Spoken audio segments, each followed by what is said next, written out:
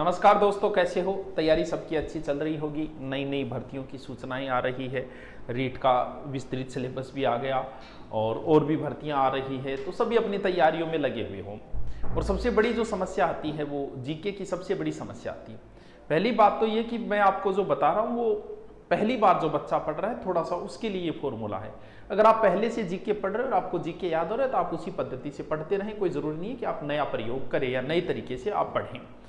पहली बात तो ये कि जीके के आपको ज्ञानी नहीं बनना है। नंबर 1 बात, ज्ञानी नौकरी लगने के लिए ज्ञानी बनना कोई जरूरी नहीं है। आप एक किताब को भी पढ़ लेते हो तो भी आप नौकरी लग जाओगी। जीके के अंदर कभी आप परिपूर्ण नहीं हो पाओगे। दूसरी बात ये, आप मैथ को 6 महीने पढ़ के 100 में से 100 मैथ कर सकते हो। एक मैथ का टीचर दावा कर सकता है कि मुझे मैथ ला दो, मैं 100 में से 100 सही कर दूंगा। लेकिन जीके आप 6 साल पढ़ के भी 100 में से 100 नहीं कर सकते, लाने भी नहीं है 100 में से 100। यानी आपको तो टारगेट 80-85 तक रखोगे तो भी आपका सिलेक्शन हो जाएगा। तो हर किताब में कुछ ना कुछ नया, हर व्यक्ति आपको नई किताब बताएगा, ये ले आओ, ये पढ़ दो, वो पढ़ दो, घूम फिर के बात एक ही है सब में। सारी की सारी चीजों में एक ही बात लिखी हुई है, थोड़ी घुमा फिरा के ली थी, किसी में एक बात कम, किसी में एक ज्यादा। तो किताब आपके पास जो भी है वो परिपूर्ण है। तुम राजस्थान जीके की घटिया से घटिया किताब ले आओ, एकदम घटिया, और आपका पेपर दे के आओगे तो 85% जीके के प्रश्न उस घटिया किताब में भी मिलेंगे। तो किताबों के लिए कभी मत भागो इधर उधर, उस किताब, ये किताब, वो किताब, तुम्हारे पास है ना, वो ही पढ़ ले, वो बहुत है। अब हम बात करते हैं कि पढ़ाई की शुरुआत किस हिसाब से। देखो किससे पढ़ें। पहली बात तो ये, एक तो चीज होती है बुक्स, एक होते हैं नोट्स। दो ही चीजें हैं, या तो आप बुक्स पढ़ते हो या फिर नोट्स पढ़ते हो, दो ही तो चीजें हैं आपके पास। नोट्स क्या है और बुक क्या है? बुक विस्तृत सिलेबस, विस्तृत चीजें होती है इसके अंदर, ठीक है, फुल डिटेल होता है इनके अंदर। बुक्स का परिवर्तित रूप ही नोट्स है, यानी बुक का शॉर्ट रूप नोट्स होता है। हम लोग बुक पढ़ते हैं, अब क्या होगा, सर नोट्स बनाने चाहिए, यानी आपको बता दिया बुक्स भी अच्छी है, नोट्स भी अच्छे हैं, लेकिन बुक्स विस्तृत रूप होता है और इसका शॉर्ट में हमने करके आपको जला दिया नोट्स, यानी आप जो नोट्स बनाते हो वो इसका शॉर्टकट रूप होता है। अब बात ये आई, नोट्स जो है वो कैसे होने चाहिए? खुद के लिखे में होने चाहिए। अगर आप बुक्स पढ़ रहे हो, कुछ लोगों को बुक्स की आदत होती है, बुक्स के अंदर अंडरलाइन करते रहते हैं, कई तो पूरी लाइन नहीं, चेपी छोड़ देनी, दूसरा पढ़ रहे तो कोई आनंद नहीं। आप उसी बुक्स के उस टॉपिक से नोट्स बनाओ। बना लिया आपने, जैसे आप 1857 की क्रांति पढ़ रहे हो, अब आपके बराबर में पेन चलना चाहिए। अगर आपकी किताब में 1857 है, एज इट इज आप वैसे ही लिख रहे हो, तो भाई फायदा क्या है लिखने का? फिर किताब में ही नहीं, क्यों तेरा टाइम खराब कर रहे हो तुम? लिखना है, नोट्स का मतलब होता है कि उसी चीज को, वही चीज शॉर्ट में लिख। जैसे आप 1857 की क्रांति पढ़ोगे, उसमें लिखा मिलेगा कि 1857 की क्रांति के समय गवर्नर जनरल केनिंग था। ये इतनी लंबी लाइन है, ये सब कनेक्टिंग वर्ड है। 80% किताब में बातें जो होती है वो कनेक्टिंग वर्ड की होती है, जिनका कोई औचित्य नहीं होता है, वो न हो तो भी काम चल जाता है। तो तुम्हें इसका सॉर्ट करना है, उनमें से काम की चीज निकालनी। काम की तुम तभी निकाल पाओगे जब आपने पहले कहीं पढ़ा होगा, कोचिंग के अंदर या ऑनलाइन या यूट्यूब के ऊपर।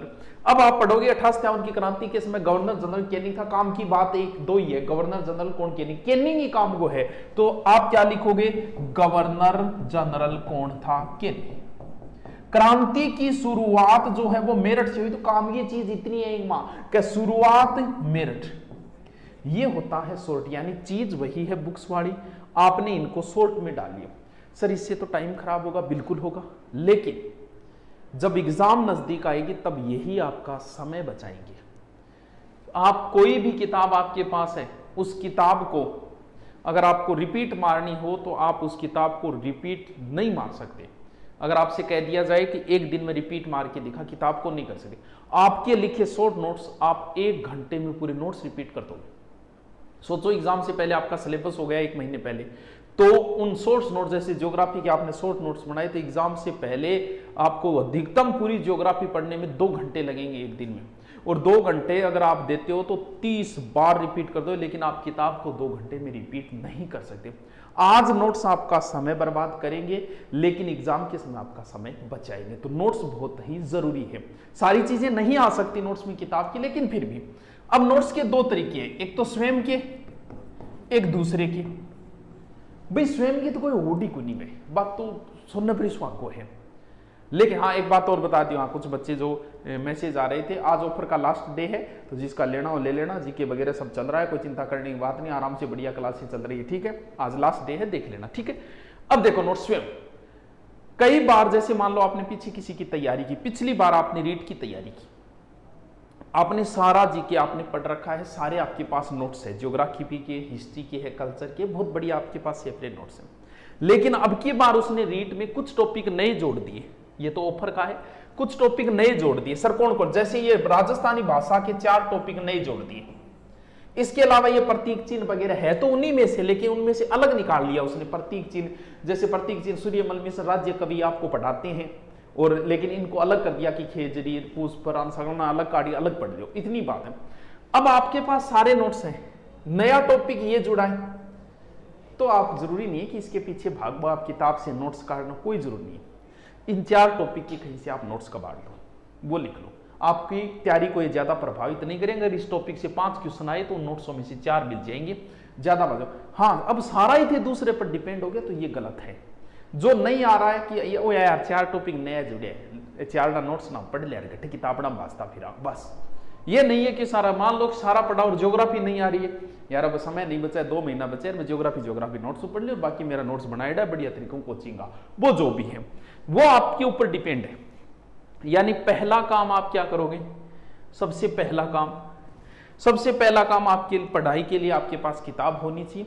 किताब का शॉर्ट रूप आप बनाओ, उसे बढ़िया तरीके से नोट्स, उनको बार बार पढ़ो, करत करत अभ्यास जड़मती होई सुजान। नंबर दूसरी बात, अब हम करते हैं कि ज्योग्राफी, हिस्ट्री, कल्चर, करंट। सबसे पहले मैं बात करता हूं करंट की, कि करंट का क्या करना है। आरएस वालों को छोड़ के और आईएएस की तैयारी करें उनको छोड़ के, क्योंकि आरएस प्री में करंट का अच्छा महत्व, अगर आपका करंट भी अच्छा है तो आप आरएस प्री पास कर देते हो, 25-30 क्वेश्चन आते हैं। बाकी एग्जाम में करंट 8 से 10-12 क्वेश्चन आते हैं। नंबर 1 बात, हर कोई आपसे ये कहेगा कि करंट अखबार पढ़ा करो, करंट तैयार होगा। किसी को भी अखबार नहीं पढ़नी। करंट के लिए अखबार पढ़ो, दुनिया को जानने के लिए पढ़ो, कौन भाग गया, किसके साथ भाग गया, ये जानने के लिए जरूर पढ़ो अखबार। लेकिन अगर आप ये सोच रहे हो कि मैं करंट अखबार से तैयार करूं, अरे मुना कम से कम 30 पेज अखबार मावे बिमु तू करंट काटेगो, बुद्धिजीवी काटेगो, तने 2 घंटा लागेगी, महीने का हो गया तेरा 60 घंटा, तू 60 घंटा खराब कर दिया करंट काटने चक्कर। जबकि महीना खत्म होते ही, जैसे जुलाई का खत्म हो गया, अगस्त लगते ही जुलाई का पूरा करंट किताब वाली का, जैसे करंट की 2 किताब आती है, राजस्थान में 2 ज्यादा चलती है, एक क्रोनोलॉजी चलती है, एक मुम्मल चलती है, आप इनमें से कोई लेके आ जाओ। जब क्रोनोलॉजी या मुम्मल थाने निकाल के दे रखियो है पूरा अखबार, ये जो की बात है 30 दिना की बात थाने इतनी सी किताब में जब निकाल के दे दियो, तो भाई इंसान क्यों झकमरान लाग रहे हो, तो टाइम खराब करे, स्वाद आ रहे हो, को नहीं आ रहे हो, वो दे रहा क्या था। अब इतनी पतली सी 20-30 पेज डावे, भाई 20-30 पेज तू ले आगे, जब तने शॉर्ट में बा निकाल के दे दियो, बिम और शॉर्ट निकाल ले तू, यानी आप लास्ट 2 दिन भी अगर उस क्रोनोलॉजी या मुम्मल को दे देते हो ना, 2 दिन में ही आप सारा का सारा निचोड़ निकाल लोगे, और बाकी आगे महीने जब तक ना आए उनको एक बार और पढ़ लो।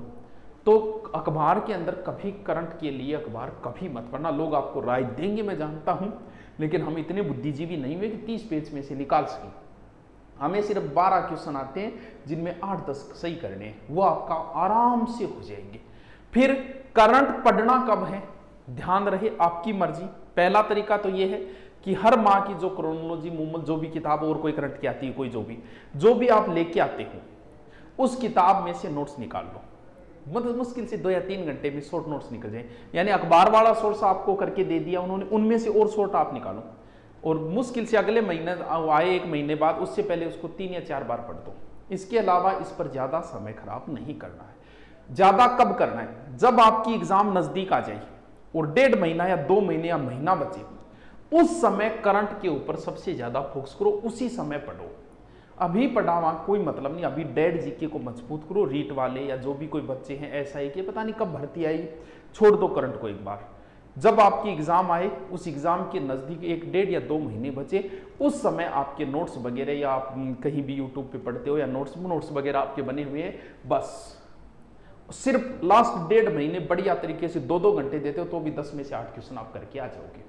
तो अभी डेड जीके को मजबूत करो। एग्जाम के नजदीक जो है वो कि ध्यान में ही रखो, एग्जाम के नजदीक में करंट को 2 से 3 घंटे दूंगा डेली, हो जाएगा, आराम से तैयार हो जाएगा। चल, अब बात ये आती है ज्योग्राफी, हिस्ट्री, कल्चर इनकी, क्योंकि राजस्थान आपको पढ़ना है, आपको बता दिया है नोट्स बनाने हैं कि नहीं बनाने। नोट्स बनाने हैं तो फिर किस प्रकार बनाने।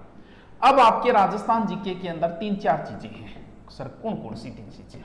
करंट को एक बार मैंने छोड़ दिया, आपकी ज्योग्राफी है, हिस्ट्री है, कल्चर है और इसके अलावा पॉलिटिकल है। ये तो जीके का पोर्शन है। किस पोर्शन को कितना महत्व देना है ये डिपेंड करता है आपके सिलेबस में उसका पोर्शन कितना लग रहा है। मान लो कि ज्योग्राफी आपकी ज्यादा आ रही है 50%, तो भैया इसको ही समय देना पड़ा। मान लो पॉलिटिकल का आपके एक ही टॉपिक दिया है तो कोई इस पर ज्यादा समय थोड़ी खराब करोगे। मान लो पॉलिटिकल 50 दिए, तो वो डिपेंड करता है आप किसको कितना समय देते हो। पहली बात तो ये, कभी भी टाइम मैनेजमेंट द्वारा पढ़ाई नहीं की जा सकती। कोई अगर कहता है कि मैं टाइम मैनेजमेंट है, मैं दिन के 7 से 8 ज्योग्राफी पढ़ता हूँ, 8 से 9 हिस्ट्री पढ़ता हूँ, तो मुझे लग रहा है कि झूठ बोल रहा होगा। हो सकता है कोई ये कर सकता हूँ। टाइम मैनेजमेंट से पढ़ाई हम नहीं कर सकते क्योंकि हम सामाजिक प्राणी हैं यार। आप हॉस्टल में रहते हो, आपने नियम बनाया कि 6 से 7 तक मैं फ्रेश व्रेश हो गए, 7 बजे पढ़ने बैठ जाऊँ। जरूरी थोड़ी है, हॉस्टल में इतना टाबर है कि टॉयलेट ही नहीं मिले, 2 घंटा वेट भी करना पड़ जाए। तो हम टाइम, और बहुत काम है, उदाहरण दिए हैं मैंने। हम सामाजिक प्राणी यार, हो सकता है एक दिन ऐसी मजबूरी आ जाए कि हमें पढ़ाई का ही मौका ना मिले। टाइम मैनेजमेंट से कभी पढ़ाई नहीं हो सकती, टारगेट से हो सकती है। आप इनको तैयार करने का टारगेट बनाओ, ना कि टाइम मैनेजमेंट बनाओ। टारगेट का मतलब यह है कि मुझे 2 महीने या 1 महीने या 3 महीने के अंदर इन सभी पोर्शन को तैयार करना, ये होता है टारगेट, जिसमें अगर एक दिन आपका नहीं भी हो पाई तैयारी तो कोई फर्क नहीं पड़ेगा। सर इसका टाइम टारगेट किस प्रकार सेट करें? ज्योग्राफी के, राजस्थान ज्योग्राफी के मुश्किल से 15 टॉपिक है, लगभग 15 ही टॉपिक हिस्ट्री के हैं, 15 ही टॉपिक आपके कल्चर के हैं और 15 ही टॉपिक लगभग पॉलिटिकल के हैं। हम इनको डबल कर लेते हैं क्योंकि कुछ टॉपिक तो बहुत छोटे हैं। जैसे आप ज्योग्राफी के अंदर देखो, कुछ टॉपिक तो बहुत छोटे छोटे टॉपिक है, जैसे झीलें वगैरह हैं, लेकिन कुछ नदियां जैसे टॉपिक बड़े भी है, भौतिक प्रदेश बड़े भी है, तो हम इसको बांट लेते हैं 30-30 टॉपिक में। साइकोलॉजी आपकी ये कहती है कि आपको जो टॉपिक बड़ा लगता है, जैसे नदियां टॉपिक बड़ा लगता है, साइकोलॉजी कहती है कि उसको 3 भागों में बांट लो, कि एक दिन अरब सागर की नदियां पढ़ूंगा, एक दिन बंगाल की खाड़ी की, एक दिन आंतरिक प्रवाह की। मेवाड़ आपको बड़ा लगता है तो 3 पार्ट बांट लो, कि एक दिन में गुहिलवश पढ़ूंगा, अगले दिन मैं राणा हमीर से लेके सांगा तक पढ़ूंगा, आगे मैं सांगा से लेके यहाँ तक, उससे आगे में लास्ट यहाँ तक, पार्ट बांट लो उसका। हम 30-30 मान लेते हैं, डबल कर दिया हमने। अब आपको यह देखना है कि आपका आईक्यू लेवल कैसे है। किसी बच्चे को 1 बार पढ़ाना भी याद हो जाता है और किसी बच्चे को 3 बार पढ़ना पड़ता है, इससे ज्यादा और कुछ नहीं होता। आप कभी जल्दबाजी मत करना। जैसे आपने टारगेट बनाया है कि ये 30 टॉपिक है, एक दिन में प्रत्येक का एक टॉपिक मैं तैयार करूंगा, प्रत्येक का करूंगा मैं, हिस्ट्री का भी करूंगा एक टॉपिक, ज्योग्राफी का करूंगा, करंट का करूंगा, पॉलिटिकल का करूंगा, एक टॉपिक डेली याद करूंगा। तो 30 दिन में, अगर ऐसे नहीं होता तो और लंबा बना ले, भले 3 महीने नहीं तो भले 6 महीने का बना ले, चाहिए कोई फर्क नहीं पड़ेगा इस चीज से। आराम से कर, जल्दबाजी इसके अंदर कभी मत कर। मान लो ज्योग्राफी का आपने शुरू किया, एवरेज बनाया कि 1 या 2 घंटे में मुझे तैयार हो जाएगा। अब ज्योग्राफी का आपने टॉपिक पढ़ना शुरू किया, नदियां, समय आपको ज्यादा लग गया कि 3 दिन लग गए, तो कोई फर्क नहीं पड़ता, 5 दिन लगाते चाहिए। अरे तू 10 दिन लगा साला, फिर भी 6 महीने में तैयार हो जाएगा। अधिकतम बता रहा हूं, 10 दिन किसी टॉपिक में लग ही नहीं सकते। जब तक वो तैयार ना हो तब तक कृपया आगे न बढ़े। जल्दबाजी करने की कहीं जरूरत नहीं है, बहुत टाइम है, बहुत टाइम है। हर एग्जाम 6 से 7 महीने लेती है, तो इतना टाइम है। हमारी सबसे बड़ी कमी है कि बस हिस्ट्री हाथ लगी तो रगड़ दी पेज, वो रोबोट पढ़ता है नहीं, रोबोट फिल्म में बिया पढ़ती हूँ। अरे बिया पढ़ने की जरूरत घट है, आराम से पढ़ते हैं टॉपिक। एक घंटा में नहीं तैयार हो रहे, 2 घंटा लगा, 3 घंटा लगा, 3 दिन लगा, फिर भी कोई फर्क कौन पड़ेगा, बहुत टाइम है तेरे पास। तो टॉपिक को बांटने के बाद में, लेकिन एक चीज ध्यान रखना, जैसे आपने इसके टॉपिक बांटे कि आज राजस्थान का परिचय पढ़ना है, राजस्थान परिचय आपके तैयार हो गया।